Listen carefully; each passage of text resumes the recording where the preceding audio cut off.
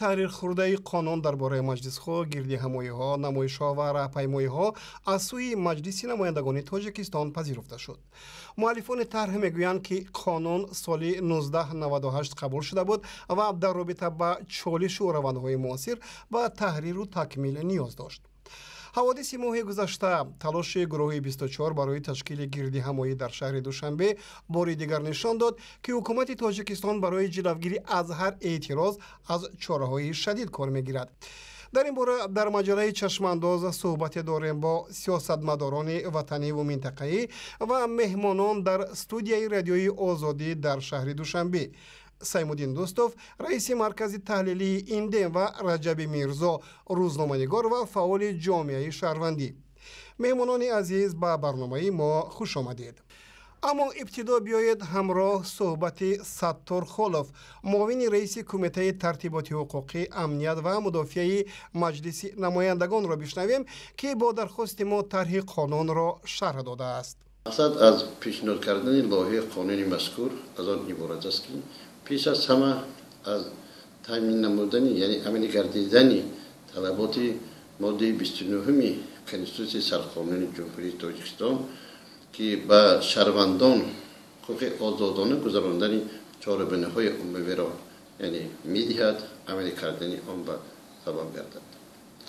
бояд қайд кард, ки қонуни амалкунанда, яъне қонуни ҷумҳурии Тоҷикистон дар бораи маҷлисҳо, гирдиҳамоиҳо, намоишҳо ва роҳпаймоиҳо, ки соли 1998 қабул карда шуда буд, ҳарчанд ки 2 маротиба соли 2011 ва 2013 ба он тағйиротҳо дохил шуда бошад ҳам, бинобар пешрафти ҷамъият, читаваре ки мо медонем, қонун ин як чизи шахшуда нест ва такмил меёбад ва бояд ба талаботи имрӯза ҷавобгӯ бошад, пешниҳод карда шуд. хуб, ин суҳбати Саттор Холов буд, муовини раиси кумитаи тартиботи ҳуқуқи, амният ва мудофиаи Маҷлиси намояндагони Тоҷикистон.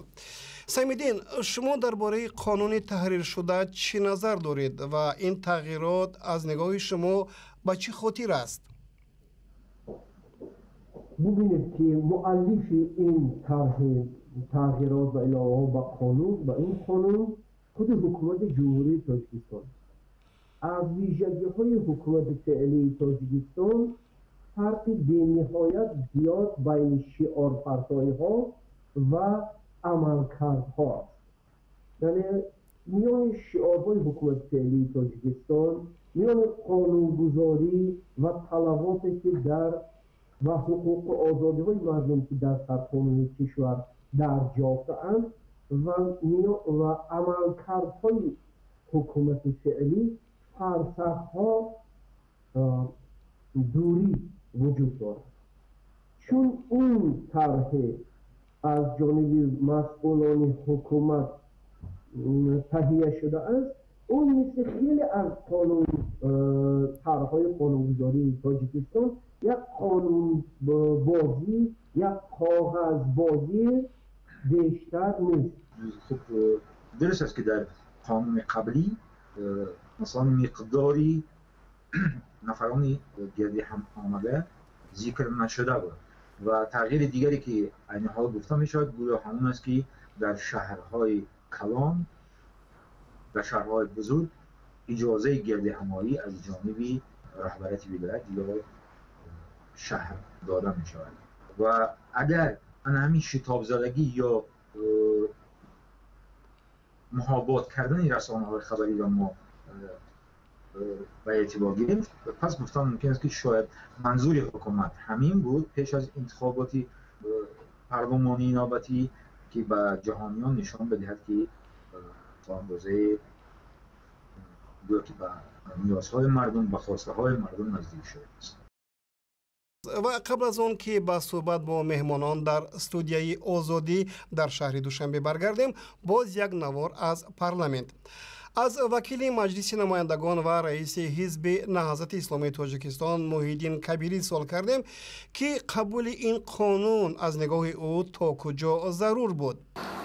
من فکر میکنم که هدف اصلی از قبول این قانون در تحریر جدید این تنظیم و دقیق کردن بیشتری مسئله گردهمایی است، چون بالاخره همه درک کردن، هم مقامات هم جامعه که دیر یا زود حتما در جامعه دموکراتیک که تاجیکستان خود اعلام کرده است باید این مسئله مثل گردهمایی برگزار می شود و خوب است که همه مسئله دقیق باشد. حکومت داند صلاحیتش چی است، حزب‌های سیاسی دانند، شهروندان دانند، تشکیل کننده ها آگاه باشند از قانون و این به همه کمک میکنه. من فکر نمیکنم که هدف اینجا محدودیتی بیشتر است، چون مقایسه‌ای که من کردم از قانون قبلی و قانون الان قبول شده در بعضی مسائل بهتر شده است و دقیق‌تر شد معیارهای قانون.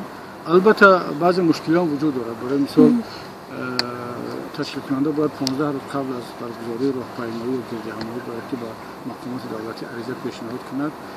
شما تصور کنید که بعضی مسائل هست که ماهیت خود را در یک هفته در 3 روز حتی از دست می‌دهند. محیدین کبیری بود، وکیلی مجلس نمایندگان تاجیکستان.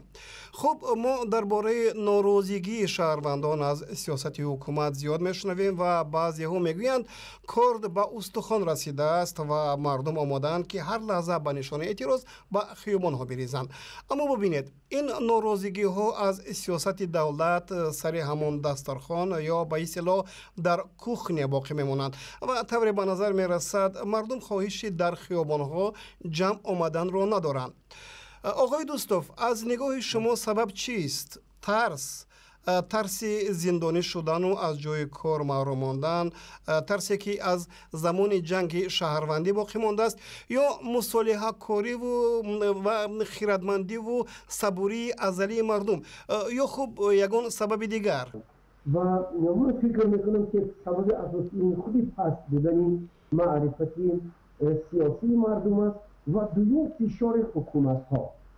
البته فشار حکومت ها و همچنین غصب محیط اطلاعاتی در این کشورها از جانب رسانه‌های دولتی و حکومتی به همین آورده رسانده که مردم برای حقوقهای خود تلاش نمی‌کنند و همیشه در مقطع هم همین اندیشه را ایجاد که مردم باید در وقتی برای تامین تلاش‌های خود باید با حکومت مبارزه کنند، ولی اصلا اینطور نیست.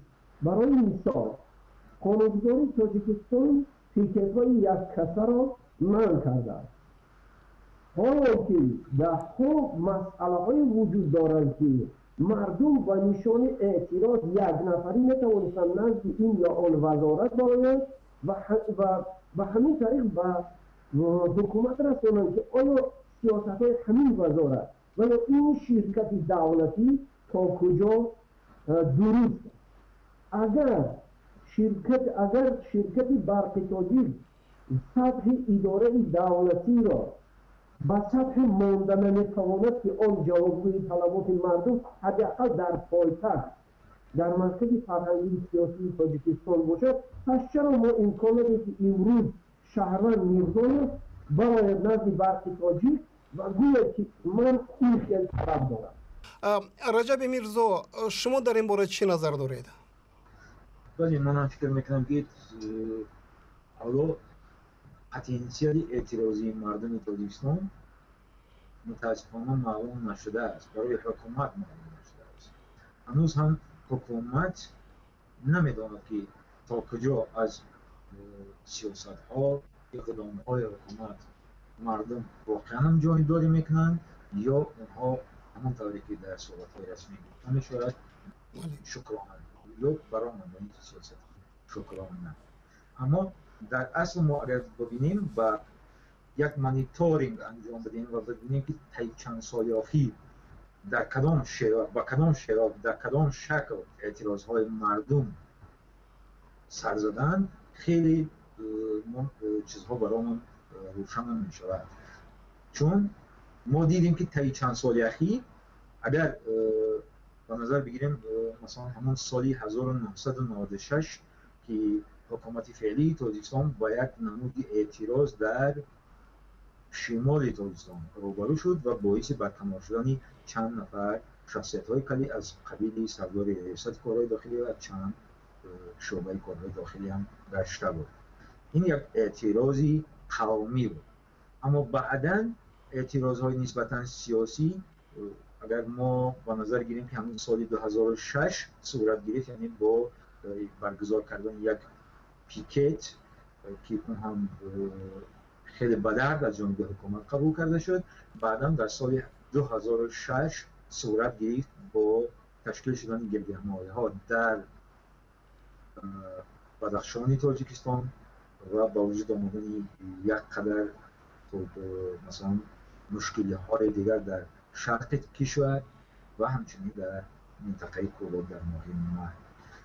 و باز هم چند اگر اعتراض‌های دیگر صورت گرفته بودند، بیشتر خصوصیتی اجتماعی داشتن، اجتماعی اقتصادی داشتن. تشکر از هم صحبت‌های ما در استودیوی رادیوی آزادی در شهر دوشنبه. سیمودین دوستوف، رئیس مرکز تحلیلی اینده، و رجب میرزا، روزنامه‌نگار و فعال جامعه شهروندی. در این نشر مجله چشمانداز درباره طرح نوی تحریر خورده قانون درباره مجلس‌ها، گردهمایی‌ها، نمایش‌ها و راهپیمایی‌ها صحبت می‌کردیم. خدا نگهبان شما.